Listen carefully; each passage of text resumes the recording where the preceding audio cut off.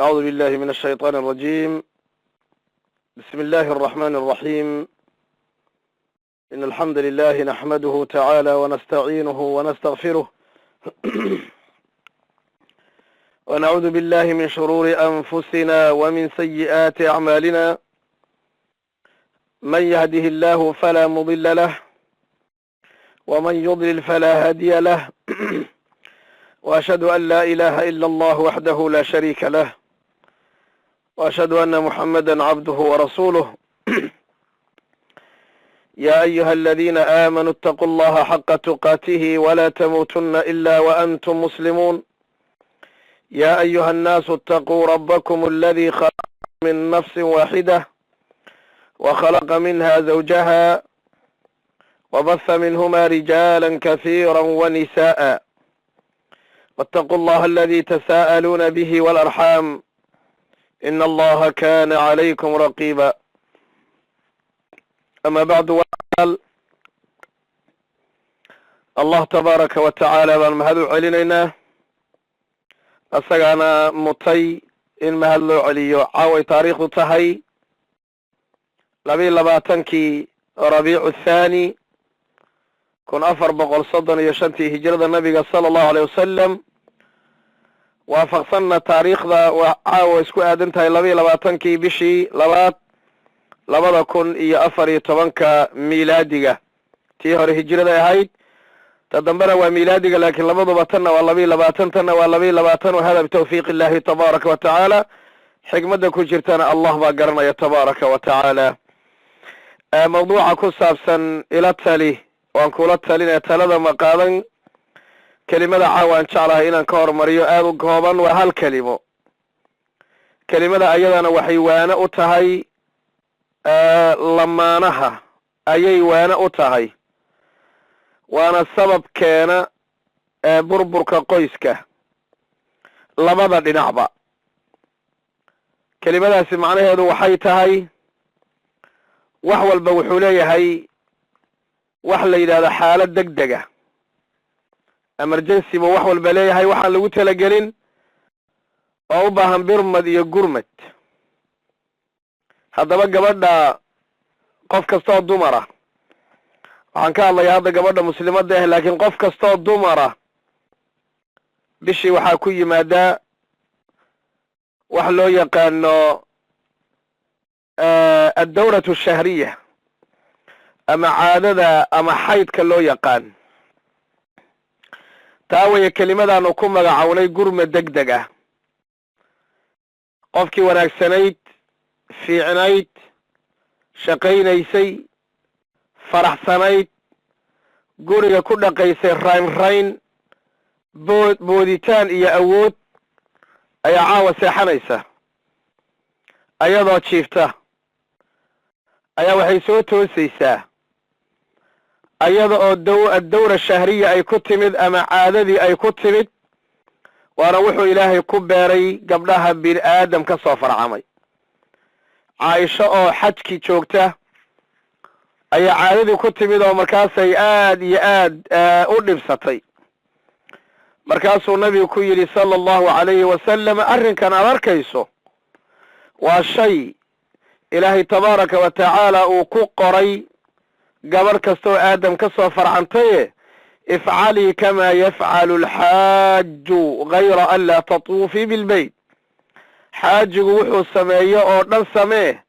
macnaha hadday noqoto mina, carafa, musdelifa, ramyuljamaraat, maxaa la yidhaha kulli waxaasoo dhan ee xaajigu uu sameeyo o dhan samee, laakiin kacbada un ha tawaafin buu nabigu ku yidhi sala allahu calayhi waali wasalam ilaa marka aad ka qabaysato. xaaladaas ayada ah marka waa xaalad aan lagu talagelin xalay markii la seexan hayay. saas daraaddeed baan u bixinay gurmad degdeg ah. xaalad u baahan sidii looga dabaalan lahaa xaaladaas ayada ah waxay u baahan tahay gurmad degdega ayay u baahan tahay. tacaamul cusub bay u baahan tahay, faham cusub bay u baahan tahay. gabadhina waxaa looga baahan yahay shay, ninkina waxaa looga baahan yahay shay. laakiin waa tusaale aan bixiyey oo xalay markii uu saaka waagu uu baryeyba xaalad cusub oo lagu talagelin oo taari ah ayaa gabadhii ku timid. xaaladaas ayadii ihi raad bay ku yeelanaysaa reerka salban aw iijaaban, labada dhinacba wanaag iyo xumaantaba labaduba way u badan kartaa. haddaba xaaladaas ayadii ihi waa xaalad khatarteeda leh haddayna raggu fahamsanayn. xaaladaas ayadii ihi waa xaalad khatar ah hadday dumarku aynan xikmad isticmaalin. in badan oo reeraheenna ka mida ma ogtihiin wakhtiyaalka ay dumaan ama muranka iyo shijaarka iyo doodda iyo xataa haddayba noqoto intaa iyo ka badanba, marka dib si saxa loogu noqdo oo si wanaagsan loo fiirfiiriyo taariikhdana dib loogu laabto, arrinkaana waxaa garan kara culummada gasha qoysaska iyo dhibaatooyinka dhex yaalla. culummada inta badan gasha ayaa ixsaa'iyaadkaas hayse qofku wuxuu ogaanayaa inay haweenaydan markay waxa samaynaysay oo uu ninku leeyahay anoo iska joogay imaagtay, anigoo iska joogay igu buuqday, ay wax aan qiimo lahayn bay ka cadhootay, koob dhacay bay ka xanaaqday ooy meel walba la gaadhay, way waalan tahay qur'aan in lagu aqriyo weeye buu taagan yahay. dhinac markaad fiirsana waa wax cajiib ahde. qof xalay wanaagsanaayo xalay aad wax walba oo faraxa aad wada qaybsanayseen oo sabar iyo dulqaad iyo waxa wax ka weyn usoo dulqaadatay, unbaa caawa markii saaka la soo kaco oo waagu beriyo waxa weeyaan way xanaaqsan tahay, way cadhaysan tahay. limaada? casabaadkeedaa kacsan, xididadeeda ayaa kacsan. normal ma aha. qofkii asaga aha waa lagu soo biiray oo waa loo yimid, waa qof iltihaab waxaaba hayaba xubnaheeda iyo xididadeedu yacni ka'aaba ayaa ka muuqata, ciriiri ayaa ka muuqda, waxaa ka muuqda wax la yidhahdo ay dhahaan culummadu sariicatu linficaal. waxa weeyaan durba way xanaaqaysaa, dulqaad male, waa qaliilatu lixtimaal. waxay yidhahdaan daal waabata way jiiftaaba. gabadhi shalay jikada iyo musqulaha iyo balakoonada iyo dhar la dhaqaya aad moodaysaa maasha allah ilaahay xoogga iyo maxaa la yidhaha xigmadda uu siiyey. bal gabadhan eeg, waaba gabadhi oo saaka kicila. oo maxaa kugu dhacay? hayla hadlin. hata maxaa kugu dhacay? xalay waan wada seexanaye maya hayla hadlin. maxaad ka wadaa? dalqadeeda isii. oka wax kale ma aha. xaaladan cusub ee reerka ku soo biirtay ee xaalad taari'a ah ayaana la kala gar. idan gabadhii kasal iyo futuur iyo daal iyo dhabanna xanuun, dhafoorra xanuun iyo madax xanuun iyo mindhicirra xanuun iyo dhabar xanuun ayaa gabadhii ku soo biiray. haddaba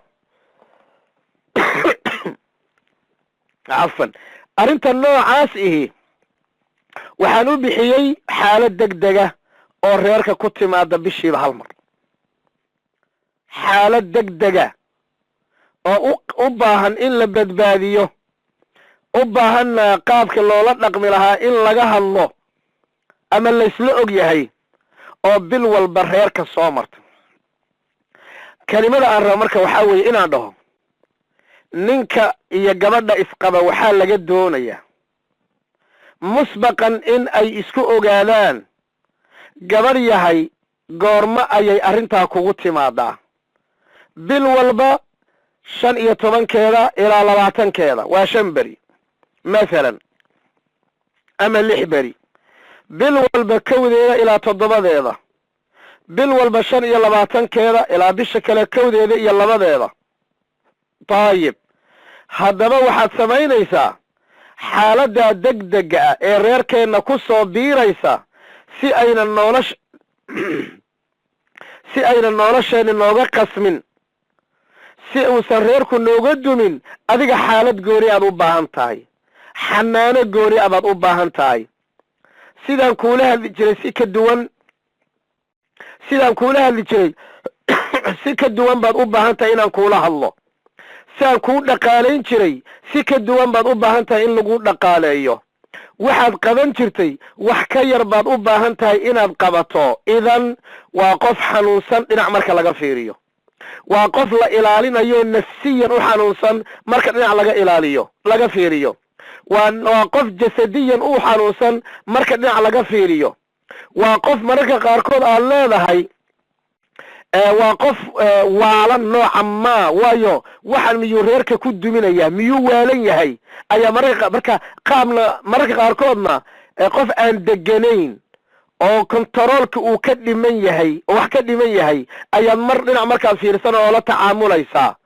waxaa marka iga tala ah labada qofa isqabta horta inay mas'alada isku ogaadaan. ragga waxaan leeyahay, ragow xaalada taariga ah gabadhu kuma necbo. xalayba waa iyadii kula joogtay ee kula jiiftay ee kula faraxsanayd ee kula ciyaaraysay ee cashada wanaagsan jikada kuu gashay ee wax adig ku raali gelisay. laakiin waagu markuu bariyey gabadha isbeddelka ku yimid ma isweydiisay mise waxaad adiguna leedahay maxaa la caraysan tahay oo la xanaaqsan tahay ifur haye saddexdii baan kugu furay, xataa hal ma dhahayo. waxaad ku garanaysaa arrinku inuusan caadi ahayn. nabigeenu sala allahu calayh wasalam wuxuu noo diiday haweenku markay xaaladdaa ku jiraan in la furo. waayo dabiici ma aha qofkan, waayo normal ma aha qofkan, waayo yacni xubnihiisa iyo xididadiisu si saxa ooma shaqaynayaan qofkani, waayo qofkani qof degan ma aha. marka qof aan deganayn inaad moralkeeda ku ciyaarto oo shakhsiyadeeda aad ku ciyaarto. tusaale yar baa ii sheeg, xaaskayga ayaa maalin isoo wacday, hadal aana oga baranin bay igu tidhi. yacni hadda lilfaa'ida inay dhegaysanaysana waa suurtagal, lilfaa'ida baan ka wadaa. hadalkii waa yar qaadan kari waayey, waayo ma u baranin inaysaa, laakiin hadda lama joogo, waan ka fogahay. markii ayaa waxaan ku idhi hal su-aal baan ku weydiinayaaye, ma caadi baa tahay mise caadaad qabtaa? markaasay tidhi caadi mi ihi. idan ballankeenu muxuu ahaa? markaada caadi ahayn inaad waxba igala hadlin. soo saas ma aha arrimaha xasaasiga ah, qodobkaa meel ku qorta. walidaalika gabadhu markay xaaladdaa ku jirto waxbaa ku soo dhaca badan oo ma dulqaadato oo waxay doonaysaa saacadahaas iyo maalmaha inay wax walba la xalliyo. ninka ragga ah marka kama yeelo. ninka ragga ah xaaladdaa waxma fuliyo. gabarh salaadii laga fasaxayaad rabtaa inaad wax ku fuliso. gabarh salaadii ilaahay iyo soonkiiba laga fasaxay ayaad adiguna doonaysaa inaad fasaxdo. suurtagal ma aha, ilaahay baaba diiday. idan kelimada si inay ugu dheeraanin, mafhuumkeedana aad u qaadataan. xaaladda degdega ah ee bil walba reerka ku timaadaay waa in laysku waafaqo la yidhaahdo xaaladda gabadha xanuun baa loo ictibaarinaya.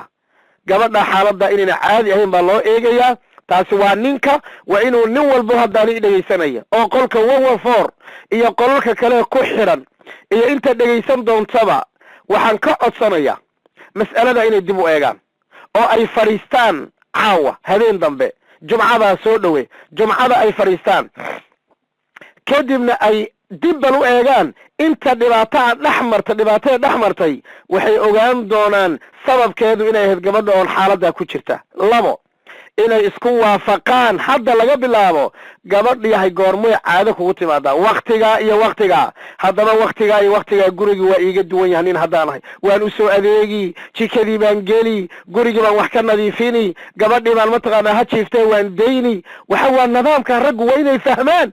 laakiin gabadh makiinada oo ordaysa inaan waxba laga cafin, ayadana ilaahay iyo rasuulba ay wax ka cafiyeen, waa waxyaalaha raggeenu ay intay garan kari waayeen reeruhuna ay ku dumeen. ninkana wuxuu leenaha maxaad la jiiftaa, maad ka kacdid meesha, maxaad isla yeelyeelaysaa, waxa kada. waayo wuxuu arkayaa shalay iyo xalay inay gabadhu wanaagsana. marka wuxuu leeyahy kibir baaba gabadha, kibir sankay ka hadlaysaa buu le. war kibir ma aha kibir, ee waa xaqiiqo jirta wey.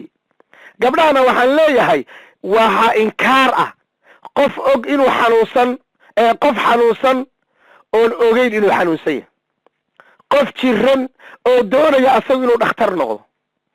waabad og tihiin xaaladdaa inaydan caadi ahayne mad aamustaan oo aad garataan xaaladdaa inay guriga idinka dubin karto.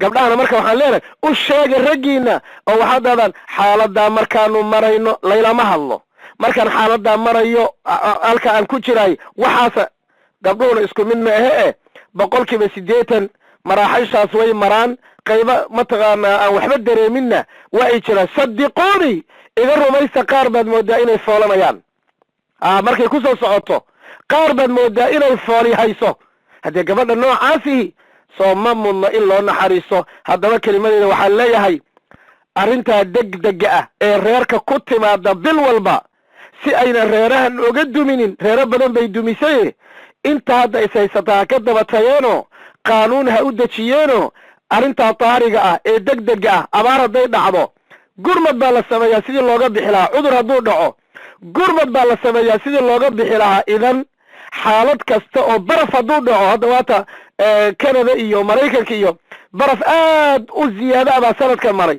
xaalad degdegay dawladdu gelaysaa cusbadii baa dhamaanaysa wixii dhan hor adduunkuba degdegaasu qaybo kamida nolosha weeyaane reerkani goorma ayuu jaras ku dhawaaqi doonaa oo gambalan ku dhawaaqi doonaa oo la dhihi doonaa maanta 6 bari oo hadda nagu soo socota reerku caadi ma ahe ogaada oo laga ilaaliyo si looga ilaaliyo reerka inuusan dumin Allah tabaaraka wa tacaala waxaan weydiisanayaa bi asmaa'ihi alxusna wa sifaatihi alcula inuu reerahana noo ilaaliyo nagana dhigo kuwa garta xaaladaha iyo isbedelka ku imaanaya bil walba siday oola dhaqmi lahaayeenna ilaahay uu fududeeyo labada dhinacba kelimadaas ayaan caawa ka hormarinaya ila tali waan kula talina talada ma qaadan waxaan ku soo dhaweynaya